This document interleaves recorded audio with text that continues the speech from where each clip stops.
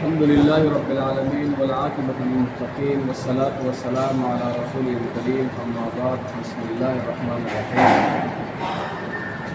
لعن الذين كفروا من بني إسرائيل على لسان داود وعيسى ابن مريم ذلك بما عصوا وكانوا يعتدون كانوا لا يتناهون عن منكر فعلوه لبئس ما كانوا يفعلون لعن الذين كفروا من بني إسرائيل لعنت کی گئی ہے بنی اسرائیل پر ان لوگوں میں جنہوں نے کفر کیا علی لسان داؤد و عیسی ابن مریم، داؤد علیہ السلام اور عیسیٰ علیہ السلام کی بزبانی ان پر لعنت فرمائی ہے۔ ذالک بما عصوا وکانوا یعتدون، یہ اس وجہ سے کہ یہ نافرمانی کرتے تھے اور حد سے آگے بڑھ گئے تھے۔ کانوا لا یتناہون عن منکر فعلوہ، اور یہ ایک دوسرے کو برے کاموں سے منع نہیں کرتے تھے، وہ خود ہی کرتے تھے۔ لبئس ما کانوا یفعلون، یہ ان کا بہت برا عمل تھا۔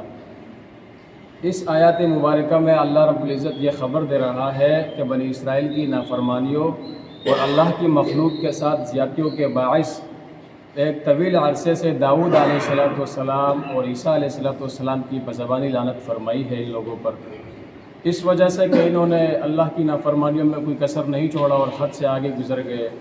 یہ ایسے بدبخت قوم تھے کہ عبداللہ ابن عباس رضی اللہ عنہ بیان فرماتے ہیں کہ تورات، زبور، انجیل اور قرآن، ان آسمانی کتابوں میں ان لوگوں پر لعنت فرمائی ہے۔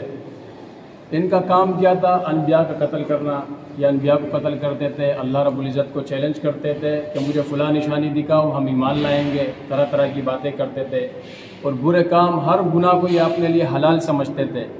ان کا سب سے بڑا گناہ یہ بھی تھا کہ یہ ایک دوسرے کو برے کاموں سے منع نہیں کرتے تھے۔ مزید اللہ رب العزت نے نکیر فرماتے ہوئے فرمایا ان کے لیے کہ لبئس ما کانوا یفعلون، یہ ان کا بہت برا عمل تھا، یہ ایک دوسرے کو برے کام سے منع نہیں کرتے تھے۔ کانوا لا یتناہون عن منکر فعلوہ، ان کے جو علماء تھے اور بزرگ اور نیک لوگ تھے وہ یہ سمجھتے تھے کہ جو لوگ برے کام کر رہے ہیں ان کو کرنے دو، یہ ان کا اپنا عمل ہے، ہم تو خود نیک ہے، ٹھیک ہے، ہمارا کیا ہے، ان کا اپنا عمل، ان کو اپنا گناہ ملے گا، لیکن یہ ان کا عذاب کا سبب بنا ہے۔ ہمارے معاشرے میں ہم دیکھتے ہیں کہ کوئی برا کام کرتے ہیں لیکن ہم اسے منع نہیں کرتے۔ اگر کوئی جوا کھیلتا ہے تو ہم جا کے اس کے ساتھ بیٹھ کے جوا کھیلنے لگ جاتا ہے، کوئی شراب چرس وغیرہ پی رہا ہوتا ہے تو ہم ان کے ساتھ شامل ہو جاتے ہیں، بیٹھ جاتے ہیں، لیکن اسے منع نہیں کرتے۔ یہی سبب بنا اس قوم کا عذاب کا۔ اللہ کے رسول صلی اللہ علیہ وسلم نے فرمایا اس امت کے لیے والذی نفسی بیدہ لتأمرن بالمعروف ولتنہون عن المنکر او لیوشکن اللہ ان یبعث علیکم عقابا من عنده، کہ اللہ کی قسم جس کے ہاتھ میں میری جان ہے کہ تم ضرور نیکی کا حکم دو گے۔ یہ اس امت کے لیے بتایا، یہ لام جو ہے یہ تاکید کے لیے اور حکم ہے کہ تم ضرور نیکی کا حکم دو گے اور برے کاموں سے روکو گے۔ اگر ایسا کام نہیں کرو گے او لیوشکن اللہ ان یعذب بکم او لیوشکن اللہ ان یبعث علیکم عقابا من عنده، تو اللہ رب العالمین اپنی طرف سے کوئی عذاب بھیج دے گا یا تمہاری دعاؤں کو قبول نہیں فرمائے گا۔ جو دعا تم مانگو گے اللہ اسے رد کرے گا، قبول نہیں کرے گا۔